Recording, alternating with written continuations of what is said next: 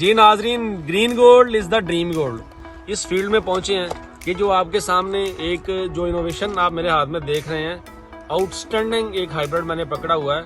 और मेरे साथ फार्मर इफ्तिखार साहब 76 जिम्बे जोधा जी, जहांगीर रोड, फैसलाबाद पे वाक़ एक गाँव है।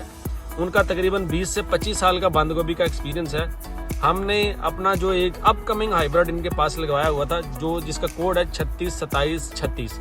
हम उसकी अप्रेजल के लिए, मुझे आज ही कॉल आई है फार्मर की कि डॉक्टर साहब आप काइंडली तशरीफ लेके आएँ। और हम यहाँ पे पहुँचे हैं। अल्हम्दुलिल्लाह ये वैरायटी यहाँ पे लगी हुई है और इस वैरायटी के साथ यहाँ पे ऑलमोस्ट मार्केट की 3 से 4 वैरायटीज और लगी हुई हैं जो फार्मर पिछले 10 से 15 साल से काश्त कर रहा है। तो हम फार्मर से पूछेंगे कि अभी तक उनके जो जेन्युइन रिव्यूज़ हैं इस वैरायटी के बारे में वो क्या है, ताकि इस वीडियो से जो सुनने वाले फार्मर्स हैं उनको बड़ा फायदा हासिल। बहुत अच्छा भी है जी।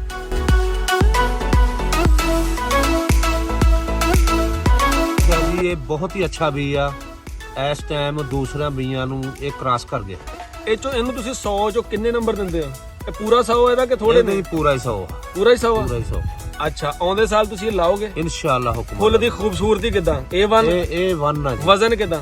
ਵਜਨ ਵੀ ਇਹਦਾ A1। ਛੋਟਾ ਫੁੱਲ ਜਿਹੜਾ ਹੁੰਦਾ ਉਹ ਨਰਮ ਹੁੰਦਾ ਜਾਂ ਸਖਤ ਹੁੰਦਾ? ਸਖਤ ਹੁੰਦਾ। ਇਹਦੇ ਛੋਟੇ ਵੱਡੇ ਜਿਹੜੇ ਬਣਦੇ ਆ ਨਾਲ ਹੀ ਸਖਤ ਹੋਈ ਆ। ਰੰਗਤ ਕਿਦਾਂ ਦੀ? ਰੰਗਤ ਇਹਦੀ ਬਹੁਤ ਪਿਆਰੀ ਆ ਜੀ। ਬਹੁਤ ਪਿਆਰੀ। ਥੱਲਿਓਂ ਇਹਦੀ ਜੜਾ ਰੂਟ ਸਿਸਟਮ ਤੁਸੀਂ ਦੇਖ ਰਹੇ ਹੋ, ਜੜਾ ਠੀਕ ਨੇ ਇਹਦੀਆਂ? ਜੜਾ ਠੀਕ ਆ, ਦੇਖੋ ਕਿਹੜੀਆਂ ਗੜਗੜ ਲੰਮੀਆਂ। ਪੌਦੇ ਦੇ ਸਾਈਜ਼ ਦੇ ਮੁਤਾਬਕ ਨੇ ਬਿਲਕੁਲ। ਕੋਈ ਫੁੱਲ ਦੇ ਥੱਲੀ ਸੈਲ ਤੇ ਕੋਈ ਵੇਲ ਤੇ ਨਹੀਂ ਹੈ ਕਿਸੇ ਪਾਸੇ ਨਹੀਂ ਹੈਗਾ। ਤੁਹਾਡੇ ਕਾਗਜ਼ਾਂ 'ਚ ਇਹ ਵੈਰਾਈਟੀ ਜਿਹੜੀ ਹੈ ਇਹ ਸਭ ਤੋਂ ਅੱਛੀ ਆ ਜੀ। ਹਰ ਪਾਸਿਓਂ ਪਾਸ ਹੈ। ਹਰ ਪਾਸਿਓਂ ਪਾਸ। ਗ੍ਰੀਨ ਗੋਲਡ ਇਹ ਅਗਲੇ ਸਾਲ ਤੁਹਾਨੂੰ ਲਵਾਵੇ ਇਨਸ਼ਾਅੱਲਾ। ਤੁਸੀਂ ਲਾਓਗੇ? ਲਾਵਾਂਗੇ। ਬਾਕੀਆਂ ਨੂੰ ਵੀ ਮਸ਼ਵਰਾ ਦੋਗੇ? ਇਨਸ਼ਾਅੱਲਾ ਦੇਵਾਂਗੇ। ਕੈਮਰਾ ਦੇਖ ਕੇ ਕਹਿਣਾ ਗ੍ਰੀਨ ਗੋਲਡ ਜ਼ਿੰਦਾਬਾਦ। ਗ੍ਰੀਨ ਗੋਲਡ ਜ਼ਿੰਦਾਬਾਦ।